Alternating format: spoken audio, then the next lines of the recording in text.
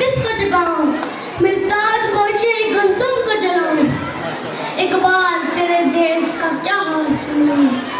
अय्यारियों मक्कारियों गद्दारियों जान बनता है इंचार अनासिर से मुसलमान। मोमिन तो इसे कहना बड़ी बात है यारो, इसने कभी भूल कर देखा नहीं खुदा। इकबाल तेरे देश का क्या हाल सुनाऊं। सरकारा बाप बता मैं खुशी किस बात की मनाऊं कि जिस देश के कूचे कूचे पर अपना आवारा फिरता हो, जो धरती भूख उगलती हो ऊपर फलकते गिरता हो और पूरे भी आप पे पाले जाते हो जहाँ सच्चाई के मुजरिम भी जिंदान में डाले जाए। जिस देश के कातिल कुत्तों को अशराफ छुड़ा कर ले जाए, जिस देश की कोर्ट की चेहरी में इंसाफ को पर बिकता, जिस देश की मुंशी काजी भी मुजरिम को पूछ कर लिखते, जिस देश के चप्पे चप्पे पर पुलिस के नाके लगते हो, जिस देश के मंदिर मस्जिद में हर रोज धमाके होते हो, जिस देश में जान के रखवाले खुद जाने ले मासूम,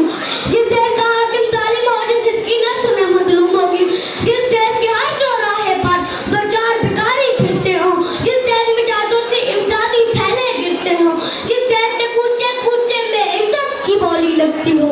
उस देश के रहने वालों पर आवाज